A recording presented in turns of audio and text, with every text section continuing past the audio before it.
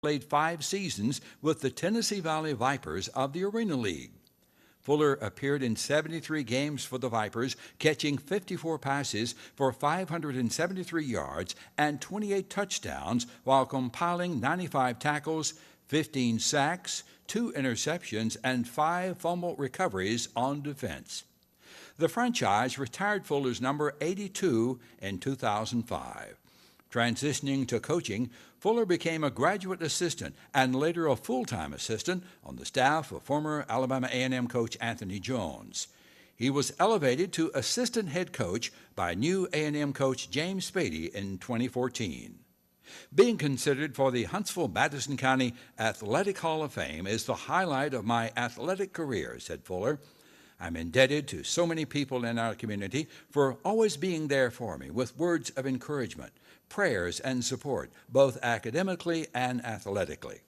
Among the most influential of these were his parents, Andrew and Dorothy Fuller, Paul Parvin and Nathaniel Jackson, his coaches at Johnson, Pat Dye and Coach Rodney Garner at Auburn, and Jones and Spady at Alabama A&M. Andy Fuller and his wife Sonara are the proud parents of 3 daughters. Ladies and gentlemen, Andy Fuller. Andy, please come to the center of the stage and be inducted.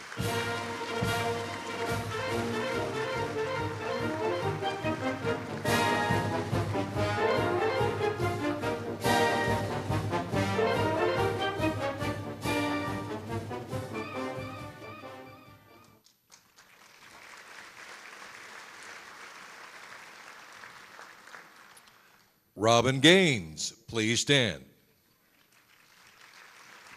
Years before he became known as Track Guy, Robin Gaines was a football guy. When he got to the 9th grade at Grissom High School in 1972, I had the privilege of playing on Grissom's freshman football team that went undefeated, untied, and unscored on, coached by Ronnie Stapler, Gaines said. It was his first team as a coach, and one day he told us we were not only going to win the city championship, but we weren't going to let anybody score on us either. We actually believed it and then went out and did it. I'm often heard us referred to as that team, and I used that story many times later on to challenge the teams I coached wherever they were.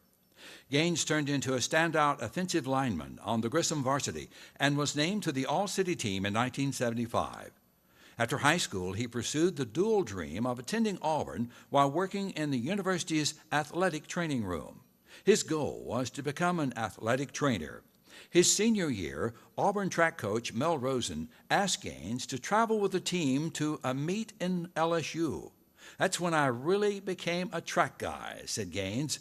On any given weekend, I'd be at a meet where most of the U.S. Olympic team athletes were competing for their respective schools. I learned quite a bit of track technique just by osmosis. Gaines put that knowledge to good use as a trainer, strength and conditioning coach, assistant football coach, and/or track and field coach at diverse jobs in various places. But it was after he returned to Madison County, first in 2000 through 2002 at Gurley, and then from 2002 to 2012 at Bob Jones, that he achieved the greater part of his Hall of Fame credentials. His boys and girls track teams dominated area competition at Madison County High, and so did his boys and girls teams in track and cross country at Bob Jones over the next decade. In all, he won 4 county titles, 31 metro titles, 34 sectional titles, 7 state runner-up titles, and coached 88 All-Staters and 26 state champions. He and his wife Phyllis mutually decided that Robin should retire. I realized 32 years of grinding was enough, Gaines said. We didn't want to miss our grandchildren's childhoods. Gaines said everything started with his parents. They supported everything my brother and I did from the time we were able to walk until they literally couldn't go anymore, he said. His wife and their children, daughters Courtney and Casey and son Luke, are also at the top. My wife is the quintessential coach's wife, he said. Her unselfish sacrifices have allowed me to follow a dream. Right behind are our 3 children. Next would be my mentors, Coach Sam Sullins, whose philosophies and techniques I've used my entire career, and Coach Ronnie Stapler, who taught me to swim when I was 4, who I played for in high school at Grissom, who has been a reference and a confidant through my professional career, and who, to this day, is still a very close family friend. And my uncle, Coach Bill Hawkins, who always had time for his nephew and always let him rummage through every field house and gymnasium wherever he was coaching. Last would be my best friends, Ronnie Jackson and Rick Hawes, who always had great ideas for not only coaching my teams, but also for running the program, and were always there when the times were the toughest. Ladies and gentlemen, Robin Gaines. Robin, please come forward to the center of the stage and be inducted.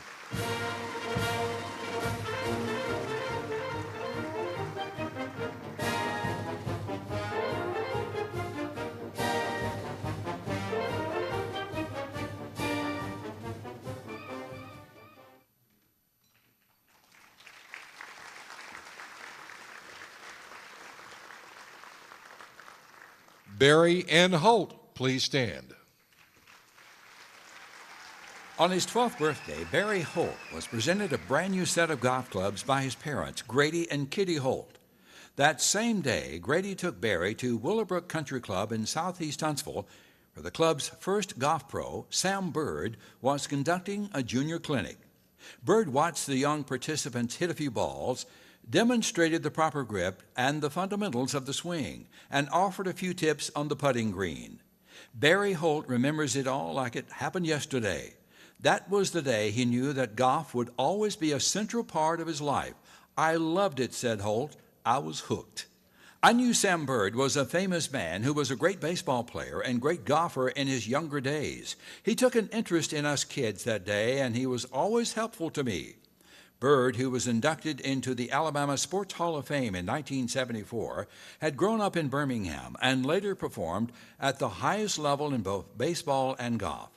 4 years after he started taking golf lessons from Sam Bird and Ray Disnowski Jr. at Willowbrook, now Valley Hill, Barry Holt was playing for the Grissom High golf team. I wasn't a very good high school player until my senior year, he said, but I knew I'd make it in golf sometime in some capacity. A victory over future University of Alabama golfer Tab Hudson in the TVC tournament helped Colt earn a scholarship to Brevard Junior College in Florida. He later transferred to Auburn and was a part of Coach Sonny Dragoin's 1976 SEC championship team, playing alongside the likes of future pros Buddy Gardner and Don Cherry. Holt's first job after college was in Greenwich, Connecticut, as an assistant pro at the venerable Tamarack Country Club, where one of the members was actor George C. Scott. Tamarack is where I learned all the aspects of being a good golf professional, including teaching, playing, and the day-to-day running of a good golf operation, said Holt, who returned to Huntsville in 1979 as the general manager and head pro at Willowbrook, thanks largely to the persuasion of board member Hubert Hawkins. 13 years later, he became the first GM head pro at Cherokee Ridge in Union Grove. In between, he played in 2 major championships, the 1980 U.S. Open at Baltusrol in New Jersey, won by Jack Nicklaus, and the 1984 PGA at Birmingham Shoal Creek, won by Lee Trevino.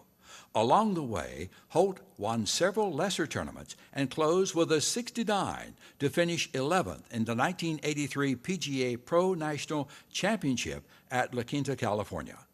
He also played in the 2004 and 2006 Senior PGA Championships. Even though I missed the cut, Holt said, making the field in the Open in 1980 was my biggest thrill ever as a player. Holt owned Twin Lakes Golf Course in Arab from 1994 to 2006.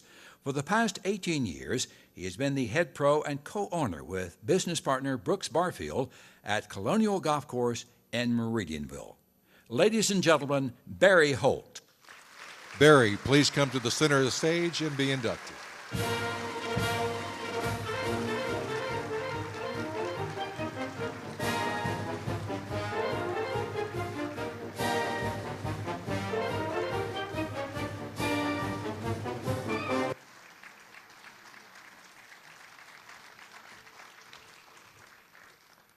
Joey Kent, please stand.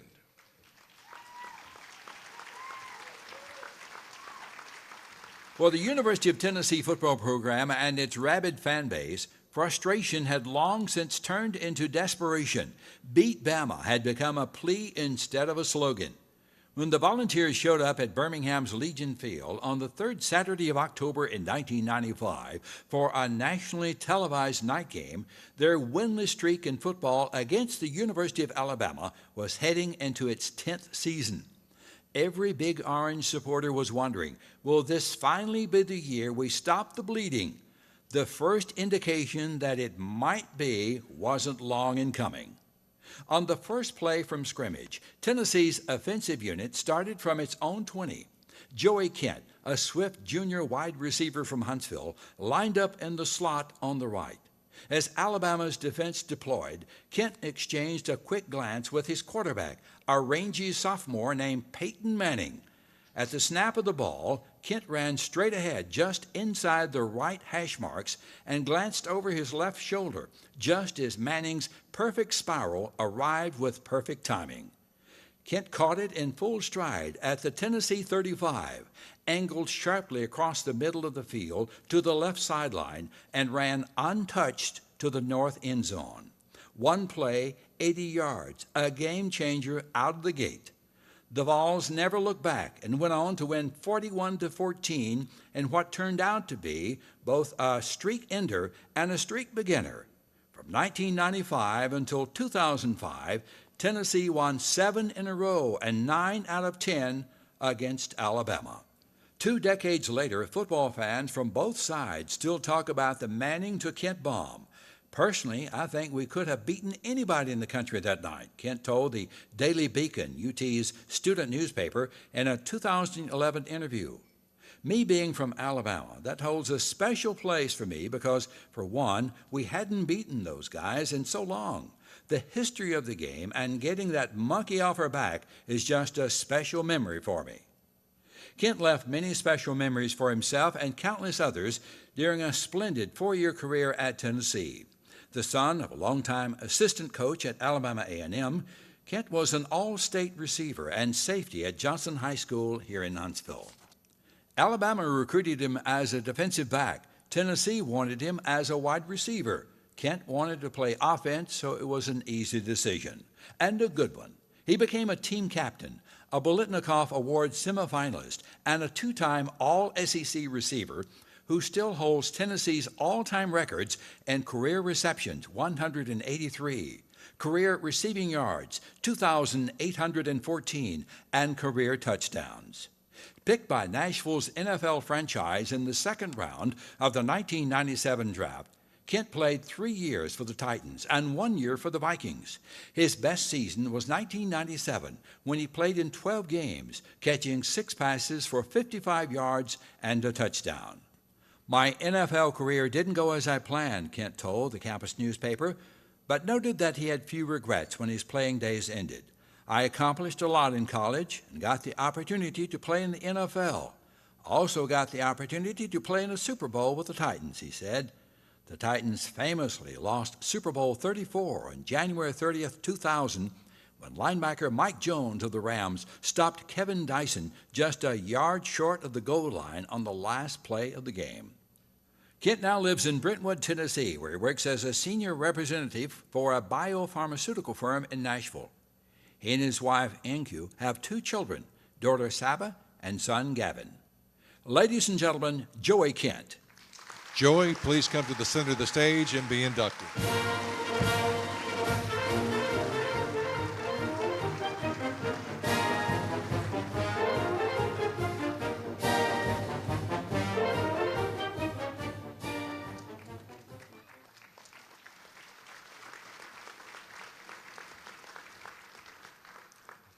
Margaret Robinson Lichty, please stand.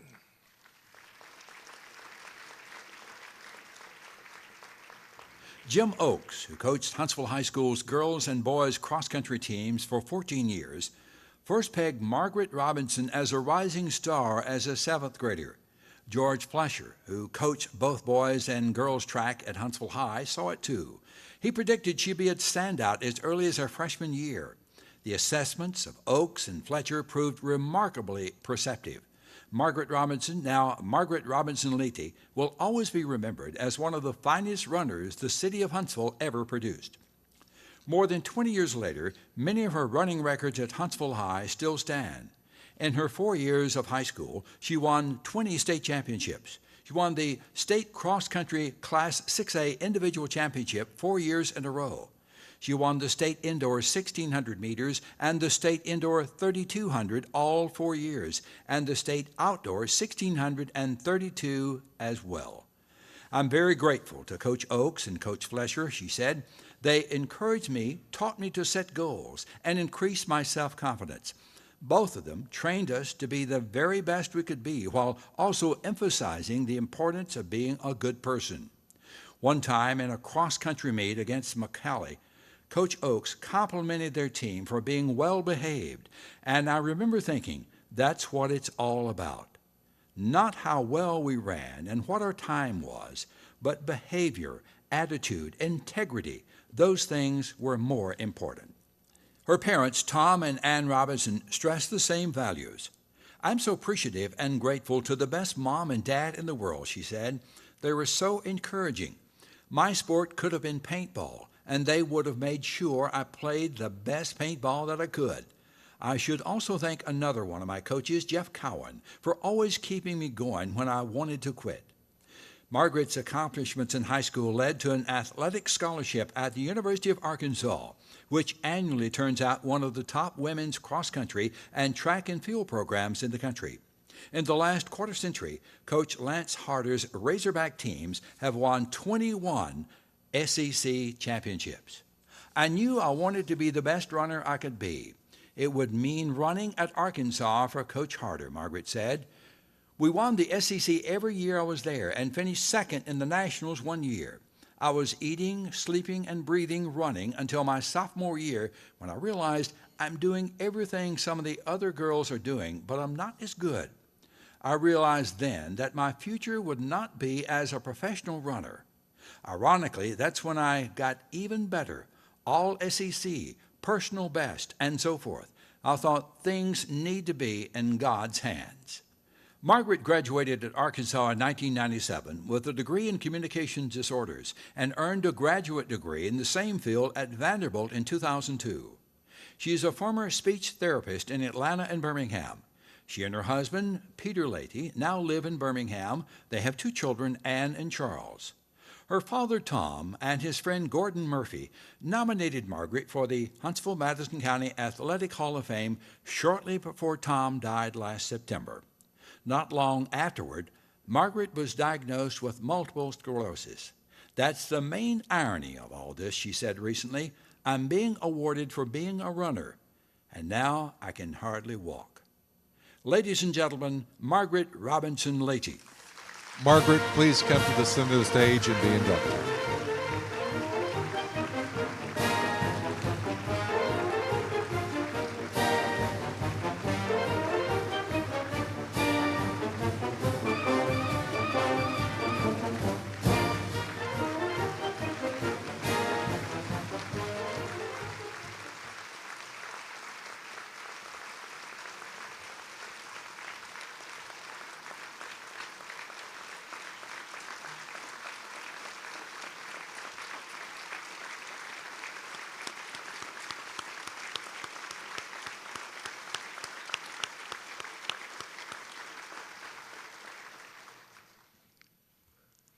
Mark McCarter, please stand, or I should say, remain standing. What would you rather be other than a sports writer? Mark McCarter once pondered the question and came up with a mischievous top 25 list response, which he shared in public print.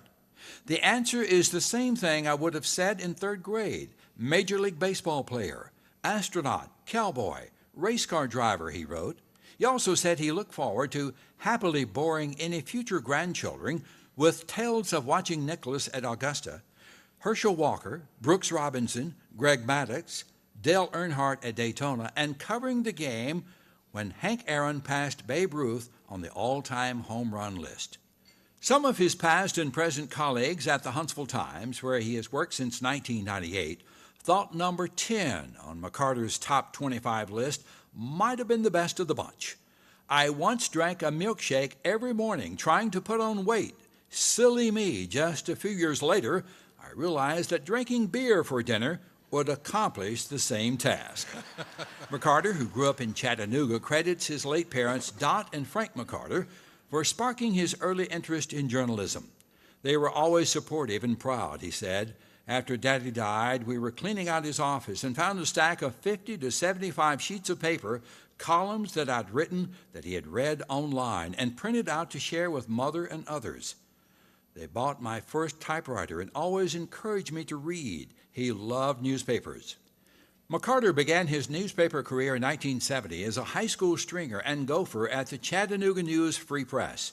He worked there 19 years, covering UT Chattanooga basketball and football, the Lookouts baseball team, and a wide range of other beats from football to auto racing. From 1989 to 92, he was the sports editor of the Madison Star, managing a 6-person staff.